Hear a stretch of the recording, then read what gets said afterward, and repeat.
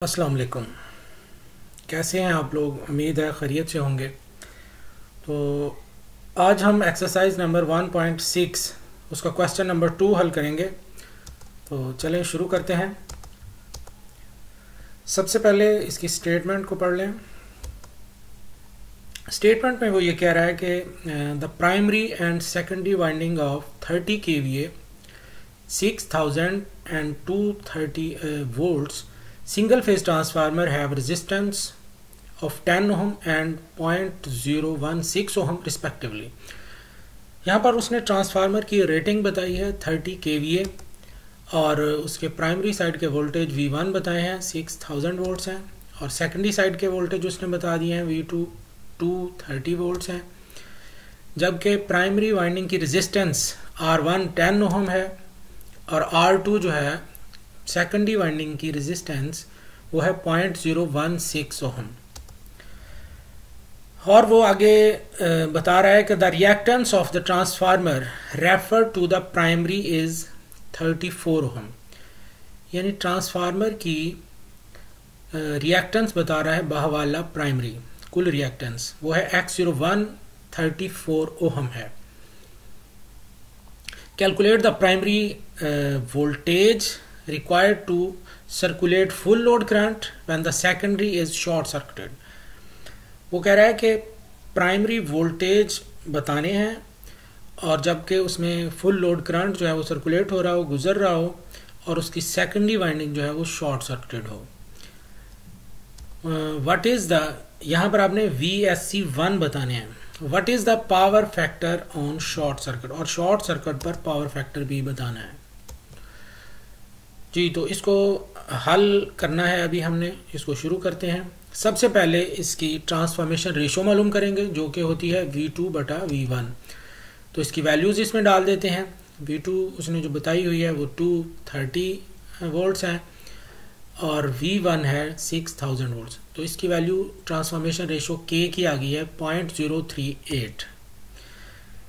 Rating बराबर होती है V1 इंटू I1 के। तो यहाँ से I1 की वैल्यू हमें मालूम हो सकती है रेटिंग बटा V1। तो रेटिंग उसने 30 kVA बताई है, हम उसको VA में ले जाएंगे जो कि 30,000 हो जाएगी ओवर 6000 उसके V1 है। तो I1 हासिल हुई है 5 एम्पियर। R01 मालूम करने के लिए हमारे पास फार्मूला है R1 प्लस R2 डैश। तो R2 डैश जो है वो बराबर होती है R2 ओवर K स्क्वायर के। तो R1 की वैल्यू इसमें डाल देते हैं और R2 डैश की भी। तो ये 10 प्लस 0.016 R2 है और K की वैल्यू हमारे पास मालूम है तो उसका स्क्वायर ले लेंगे 0.038 का। तो इस तरह से R01 की वैल्यू हमें मिली है 20.89 ओहम जी। तो उसके बाद हम Z01 मालूम कर लेंगे R01 और X01 से। R01 की वैल्यू है 20.89, इसका स्क्वायर ले लेंगे, इम्पीडेंस वाली मुसावात के में पुट करेंगे इसको। और X01 की वैल्यू 34 है, इसका भी स्क्वायर होगा और अंडर रूट है इसका।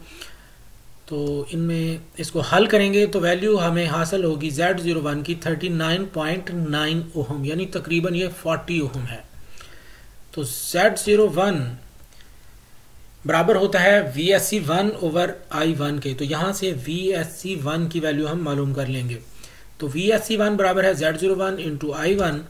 इनमें वैल्यूज डाल दें। 39.9 Z01 की वैल्यू है और I1 है 5 एम्पियर के। तो इसको कैलकुलेट किया तो ये 199.5 वोल्ट्स हैं, यानी ये आप इसको 200 वोल्ट्स भी लिख सकते हैं। तो ये VSC1 उसने पूछे थे, ये हमने उसको बता दिए। तो अब इसका पावर फैक्टर हम मालूम करेंगे। cos फाई भी उसने पूछा है। तो cos फाई बराबर होता है R ओवर Z के। तो यहाँ पर R01 है और Z01 है। तो इनकी वैल्यूज इसमें डाल देंगे R01 की और Z01 की, जो कि है 20.89 ओवर 39.9। तो यहाँ पर हमें पावर फैक्टर हासिल हो जाएगा 0.52। तो इस तरह से ये क्वेश्चन कंप्लीट होता है। उम्मीद है आपको इसकी समझ आ गई होगी। बहुत शुक्रिया आपका।